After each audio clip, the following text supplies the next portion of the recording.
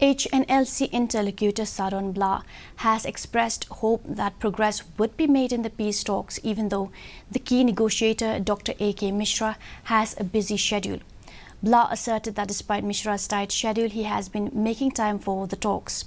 The Hnlc anticipates another round of talks in the near future. When asked whether the peace talks would conclude this year, Blah responded optimistically, stating that at least a significant phase of the negotiation is expected to be completed. He clarified that while the entire process might not conclude, but added union government, state government and Hnlc are committed to reach a final resolution.